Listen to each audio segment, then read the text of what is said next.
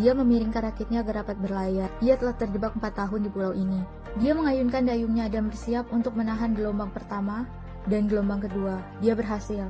Terakhir, gelombang ketiga. Gelombang ini adalah gelombang yang paling besar. Pintu itu pun dikembangkannya agar dapat menahan ombak yang besar. Dia pun akhirnya berhasil untuk menerobos gelombang besar itu. Dia tak ingin lagi menoleh ke pulau itu.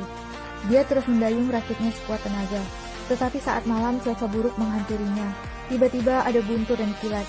Hujan turun sangat deras sehingga menghanyutkan pintunya.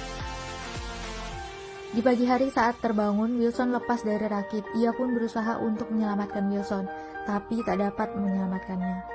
Dia hanya dapat mengatakan, "Maafkan aku Wilson, Wilson, maafkan aku." Dia sangat bersedih karena selama ini Wilson telah menemaninya. Tubuhnya sudah tak berdaya lagi, tetapi ada sebuah kapal lewat di depannya. Dengan sekuat tenaga, ia memanggil kapal itu, dan ia menyebutkan nama pacarnya. Setelah itu, dia pun pingsan. Pacarnya pun langsung pingsan saat mengetahui bahwa Tom masih hidup, karena dia sudah memiliki keluarga. Akhirnya Tom pun selamat dan ia kembali naik pesawat. Dia bersiap untuk menghadiri acara konferensi pers. Tetapi Tom hanya ingin melihat pacarnya. Pacarnya sudah memiliki suami dan dia datang bersama suaminya. Tom pun hanya dapat menatap pacarnya dari luar jendela. Dia sangat merindukannya. Kepulangan Tom disambut hangat oleh rekan-rekannya. Tetapi dia hanya banyak diam.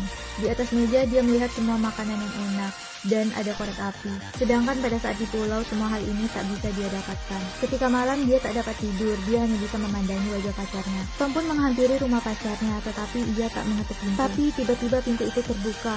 Pacarnya tahu bahwa Tom akan datang ke sini. Mereka pun saling berpelukan. Mereka hanya bisa saling memandangi satu dan yang lainnya. Wanita itu pun mengembalikan mobil Tom. Tepat saat Tom hendak pergi, perempuan itu tak dapat menahannya lagi. Dia mengatakan, "Kamu bilang kamu akan kembali."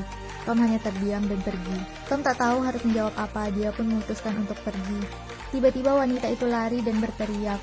Tom pun menghentikan mobilnya dan mereka saling berpelukan. Wanita itu mengatakan, "Aku selalu tahu bahwa kamu belum mati," dan Tom menjawab, "Aku tahu." Wanita itu mengatakan, "Aku mencintaimu, kamu adalah cinta dalam hidupku." Tom pun menjawab, "Aku juga mencintaimu, Kelly."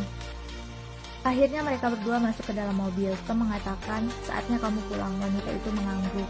Mereka semua tahu cinta itu selalu ada, tapi kamu harus melepaskan. Terkadang begitulah kenyataannya, tidak ada yang bisa kamu lakukan. Akhir dari cerita ini, Tom pun mengantarkan paket yang berusia 4 tahun itu. Ini adalah akhir dari pengalaman, tapi hidupnya baru saja dimulai. Kesepian telah mengubahnya seutuhnya. Film ini memberitahukan kita dalam menghadapi keputusasaan dan ketidakberdayaan, jangan pernah lupakan pikiran di hati kita. Jangan pernah berputus asa. Tom adalah bukti nyata dari semua ini. Ketika kamu dapat menghadapi kesepian, itulah artinya kamu sudah dewasa.